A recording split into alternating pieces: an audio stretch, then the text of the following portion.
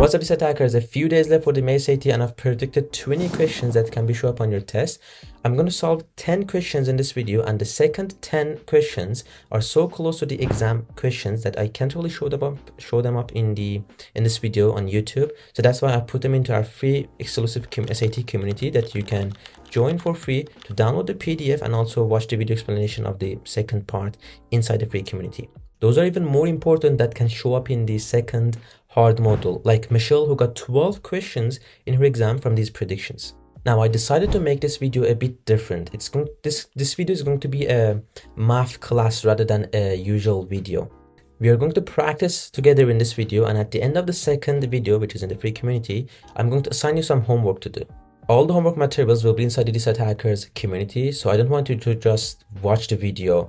Make sure you take your papers out, download the first PDF, do the questions, check the answer key, see which questions you've missed, and watch the video explanation for the first part, and then download the second part, the second PDF, do the questions, check the answer key, see which questions you've missed, and watch the video explanation, the second video inside the community. And make sure you get your homework at the end of the second video, which can boost your score by 100 points. Like Michelle, who got 12 questions in her exam, like each question is at least 10 points. That's 120 points that you can get in 1 week, in the last week. It's very important that you do these questions yourself rather than watching me doing the questions. Just by watching, you won't, like in the exam, you will be like, oh, I've seen this question before, but I don't know how to solve it. So to avoid that, do the questions yourself. Take the paper, download the PDF, do the questions yourself, check your answers, and then come back to this video. A few moments later. Alright, so I assume you paused the video, downloaded the first part of the questions, did all of them yourself, and now we're gonna go over the question number 1. Graph of y equals f of x plus 2 is shown. Which question defines the function f? So f of x plus 2 means I've moved f of x 2 units up. So f of x itself was 2 units down, right? So if this is f of x, which has a y-intercept of 4, f of x plus 2, so the y-intercept is 4, then f of x itself was 2 units down, so that would be here, which has a y-intercept of 2, right? So this is my f of x. Make sure you learn these, you know these function transformations. F of x plus 2 means I move f of x 2 units up, f of x minus 2 means I move f of x 2 units down, and also f of x plus 2 inside the parentheses means I moved f of x 2 units to the left, and f of x minus 2 means I moved f of x 2 units to the right. Okay, so here in this question, this is my f of x. I move it 2 units down here. This was f of x plus 2 because, okay, and I'm looking for, so here the y-intercept is 2, so that means if I plug 0, I have to get 2, and I'm going to check the choices now. I'm going to plug 0 here. It's going to be 6 to the 0 power. Anything to the 0 power is 1. So this is going to give me 1, but I have a negative here. It's going to be negative 1. Plus 1 is 0. So this is out. Here I'm going to plug 0. It's going to give me 1. Then negative 1 plus 3 is 2. And that's what I'm looking for. So choice B is the answer. The tricky part here is that this negative 6 to the 0 power. If it's negative 6 to the 0 power, it's different than negative 6 to the 0 power. These two are different. If it's this way, most of the students say, okay, anything to the 0 power is 1, so they put 1 here. But here, the 0 power is only to the 6, not the negative. So 6 to the 0 power is 1. Then negative comes and it gives you negative 1. All right? But here, the whole thing to the 0 power, then this whole thing is going to be 1. Okay, that's the difference. So this is 1, but this one is negative 1. Make sure you have that in mind. This is a tricky one. Question number 2. The area of rectangular region is increasing at the rate of 180 square centimeters per hour. What is the rate in square meter per unit? So this is a unit conversion question, and 100% you're going to have a question like this. So make sure you master these unit conversions. What I'm given is 180 square centimeters over hour, right? Per hour. So I have to convert this into square meters per minute. So first, in the first fraction, I'm going to convert the square centimeters into square meters. So I'm going to write square centimeters is up, I'm going to write it down, and square meters up. So when I multiply them, this and this cancels out and I get square meters. I'm gonna say, so the number 1 meter is 100 centimeters. So 1 meter is 100 centimeters. But because they have the square to the second power, you have to do this to the second power as well. So 100 square. Okay, this is very important. If it was cube, like this, then it would be 100 cube. Okay, times, now let's multiply, convert the hour to minute. So hour is down here, so I'm gonna put it up and minute down, and I'm gonna put 1 hour is 60 minutes. They have the exponent is 1, so I'm gonna just put 60 minutes. And now let's multiply them. I'm gonna use decimals here, 180 times 1 divided by 100 square times 60, which gives us 0.003. But this is more than 5 characters. I can't plug more than 5 characters into this box, right? So I'm gonna put 0.0003. So that is 5 characters now. 1, 2, 3, 4, 5. Okay, so plug it this way. We can't plug 0.0003. Next question. The function f is defined by f of x equals this, where a, b, and c are constants. The graph of the function in xy plane does not intersect the line x equals 4 and f of 5 and 6 equals 0. What is the value of a plus b plus c? So this function is a fraction that has a quadratic function in numerator and a linear equation in denominator, and it's not intersecting the line x equals 4. That means this function is never going to be, the x is never going to be 4, right? X can't be 4. And if you notice that, denominator here can't be 0, right? So that means this x equals 4 makes the denominator 0, because then the function will be undefined, right? That's basically, in other words, if you are studying calculus in high school, that is one of the asymptote lines of this function. So x equals 4 makes the denominator 0 here. 2x plus c should be 0 if I plug 4 into the x. So 8 plus c equals 0. That means c is negative 8. So first we find the c. C is negative 8. And yeah.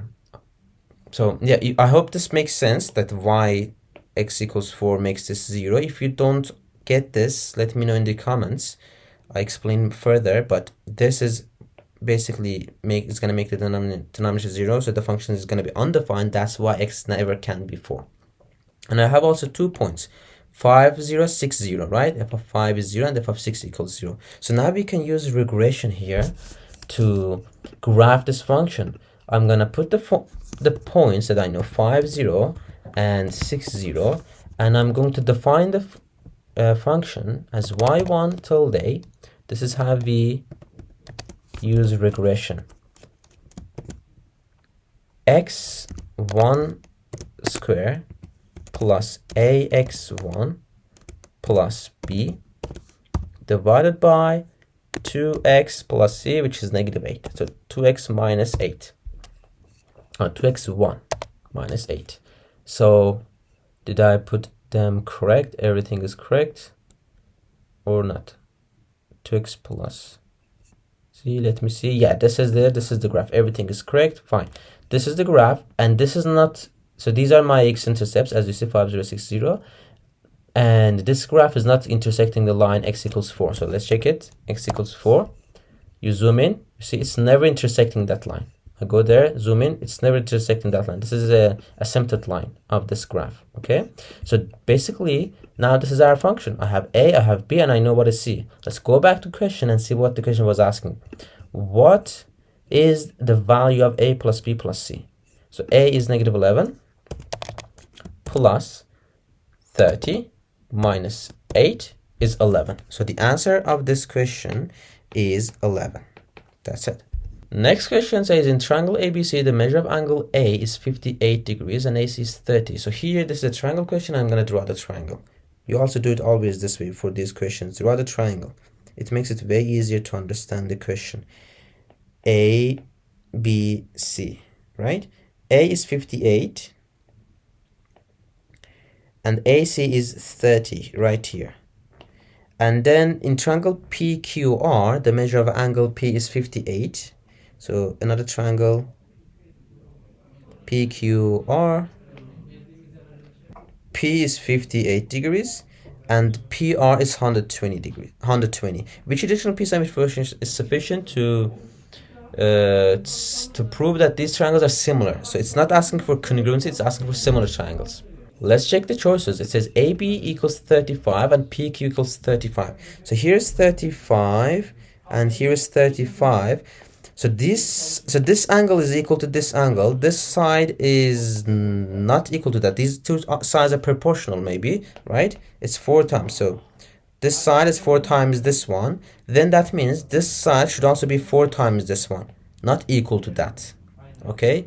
So if these two were also equal, then yeah, it would be correct. But since this is like the 4 times relation, and this should be also the 4 times of that. So A is out.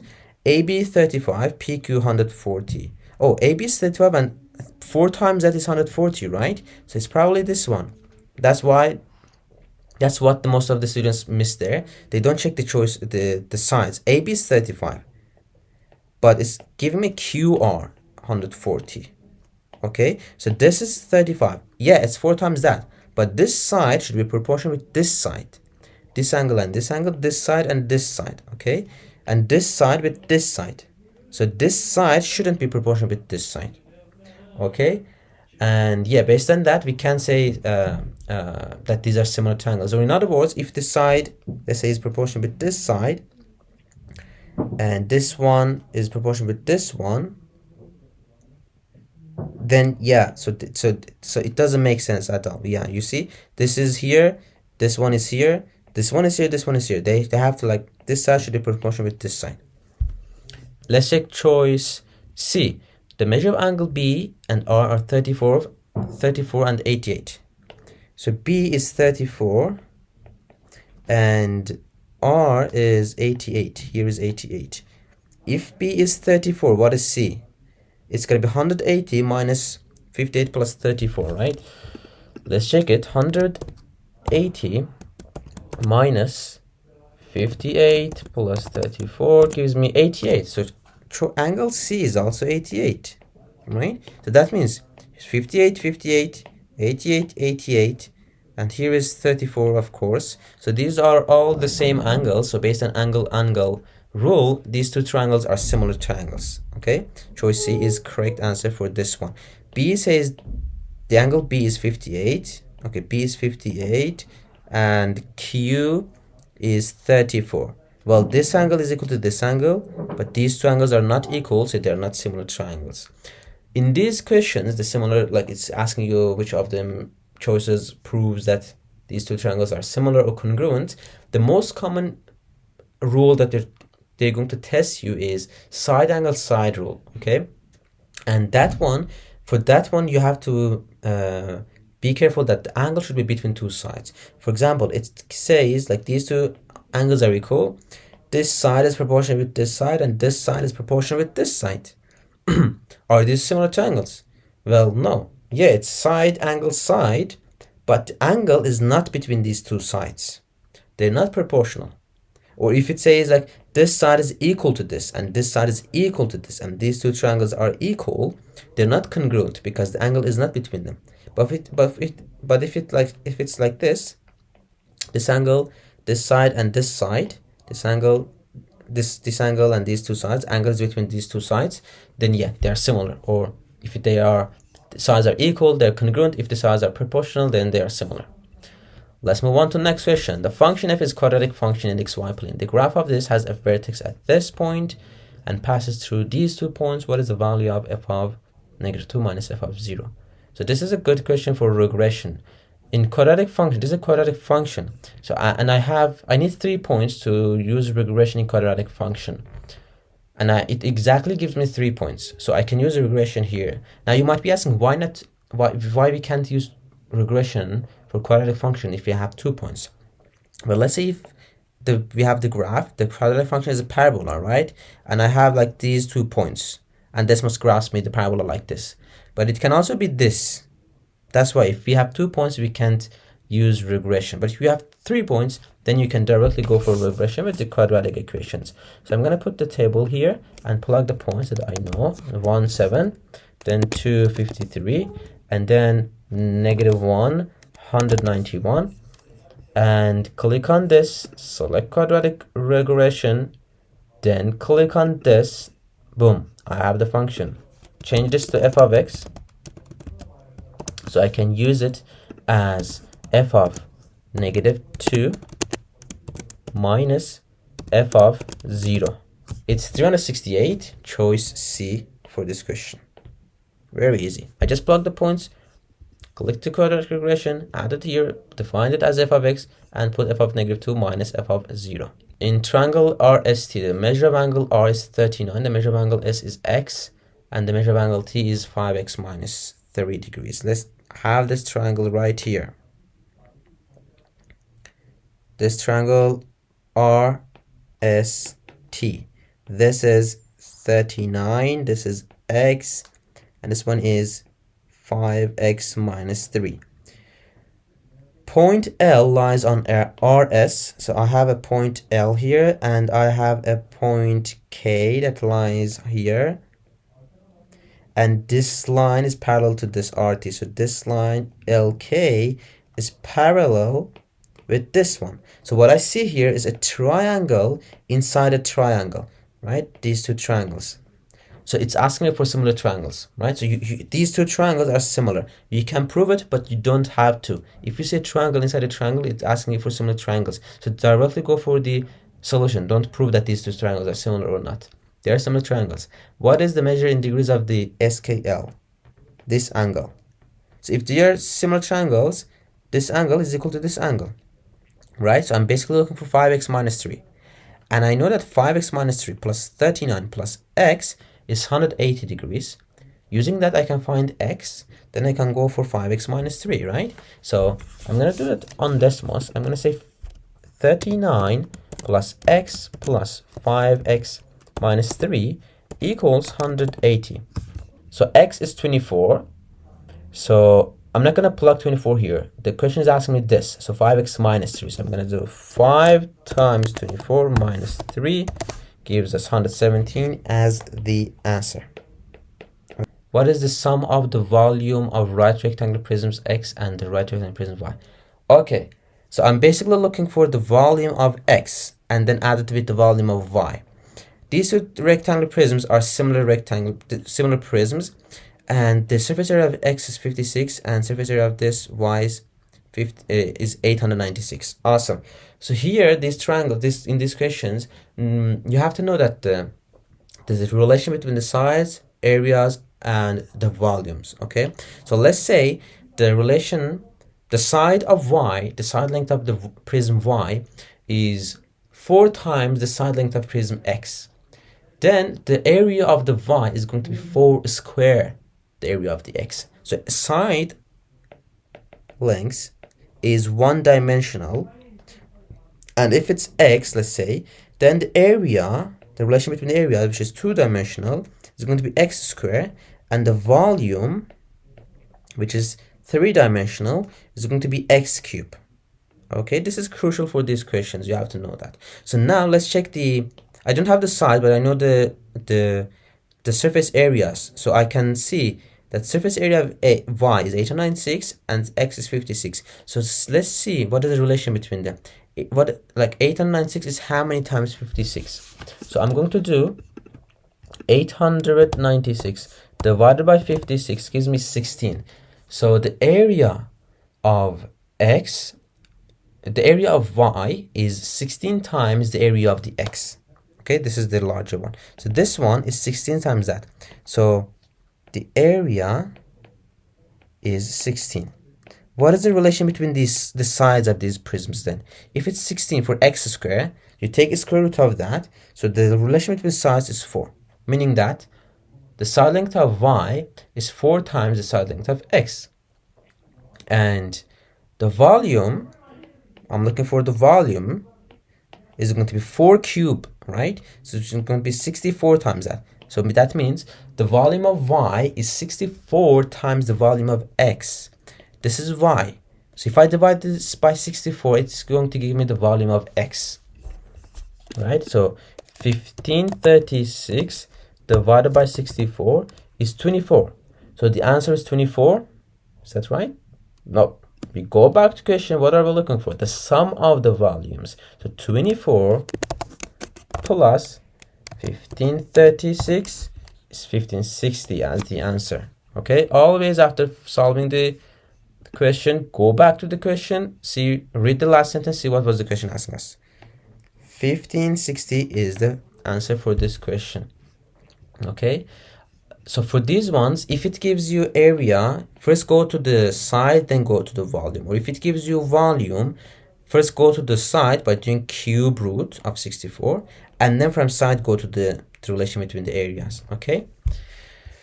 Next question, we have the histogram summarizes a dataset of the weights in pounds of 14 salmon. If an additional weight of 32 pounds is added to the original set to create a dataset of 15, which of the following measures will be less for the new dataset than the original dataset? Okay, so if we are adding a new data to a dataset that is less than the minimum data in that dataset, the mean is going to decrease, and if it's larger than the maximum data in that dataset, the mean is going to increase.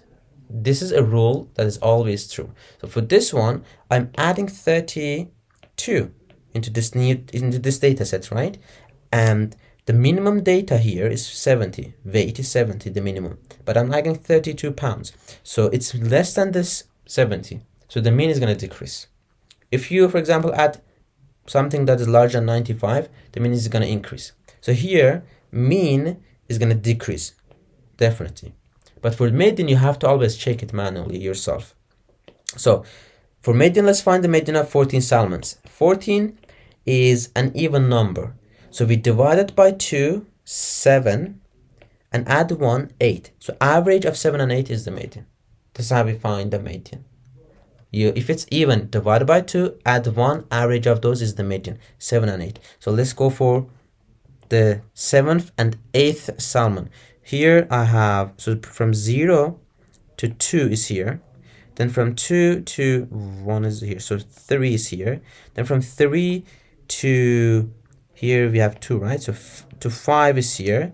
Then from 5 to 6 of them is there. So 11 is here. Okay, so I found the 7 and 8th, both of them are here. The 7th and 8th salmon are in this range. So the median is going to be here. If now we add a number, a new data, then it's going to be 15 salmons. Now it's odd. I can't divide odd by 2, so I'm going to add 1, then divide by 2. 16 divided by 2, 8. So the median is going to be 8 this time. The 8th number, the 8th salmon, in other words, is going to be the median, which is again at this range. So the median is not going to change. It's going to still be here at this range. So median is not changing. So it's going to be only 2. Make sure you know how we are finding these medians. If it's even, you divide by 2, add 1, average of those is the median. If it's odd, you add 1, then divide by 2, that is the median. That number. The 8th number is going to be the median. Perfect. Next question is an exponential function question. The number of bacteria in the liquid medium doubles every day. There are 48,000 bacteria in the liquid medium at the start of an observation. Which of the following represents the number of bacteria Y t days after the start of observation? And in the choices, you see the exponential functions. Exponential functions are all in this format, right? This is our initial value. And this is the rate of change. Okay, so here the rate of change, it's doubles, so it's 2. So in that section I have to have 2 right here. So it's choice D. Also, this is initial value. My initial value at the start of the observation, it's 40,000 bacteria. So here should be 40,000. So again, choice D, right? So choice D is the answer for this question. For these ones, exponential functions, they can give you sometimes they give you an exponential function here, and here the exponent is in years, but in the question it asks you in months, or it gives you in months. You have to read that section very carefully and make sure that what is this and what is given us here, like it's days, maybe this is like in months, whatever. Like you have to make sure that is correct, and if it's like that, then you have to convert the months into years, then plug into the function. Okay, I might put a question like that here so you can solve that as well. Let's go to question number 10. Question number 10, dataset A and dataset B. Dataset A, B each consists of 6 values where h is a constant. If the standard deviation of dataset A is greater than the standard deviation of dataset B, which of the following could be the value of h? Okay, so standard deviation means how far the data are from each other, right? It doesn't matter what is the value. I'm looking for the distance between the data. For example, if dataset A is 5, 6, the distance is 1 unit, right? And if dataset B is 100 and 101, again the distance is 1 unit. So they have the same standard deviation, no matter if B was the larger values. So let's check now dataset A and B, compare them. Here's 8. 3 units after there's like 11, so there's a 3 units difference, right? And from 9 to 12 is also 3 units difference. Then 11 to 12 is 1 unit, 12 to 13 is also 1 unit. Then 12 to 15 is 3 units, 13 to 16 is also 3 units, 15 to 21 is 6 units, 16 to 22 is also 6 units, then 21 to 27 is 6 units as the distance, 22 to h, if 22 to h is also 6 units, so if this is 28, then they're going to have the same standard deviation, because they had the exact same distances in all the numbers, so they will have the same standard deviation. So 28, I have it here, so 28 can't be 28 because they will have the same standard deviation. If it's 29, this distance is 6, but this distance is going to be 7, so standard deviation of B is going to be larger because it has, in overall, it has a larger distance, right? So 29 is also wrong because I want the A should be larger. So 23 is going to be only the correct one, because if it's 23, the distance is going to be 1 unit from 22 to 23, but here is 6 units. So A is going to have a larger distance or larger standard deviation. So it's only 23. So choice A is the correct answer for this question. Perfect. So you finished the first 10 questions. Now the second 10, which are slightly harder, that you can see in the second module, I can't really share them on YouTube, so that's why they are inside the DCET Hackers free community. You can join via the link below, go to the classroom. You not only get access to the second part of the predictions with the video explanations, but you also get access to these courses that you can work on. And also we're gonna have a live class 2 days before the test, which I'm going to even share more questions and we're going to practice all together live. So join the community to do the second part of the predictions, and I'll see you there. Let's get a target score.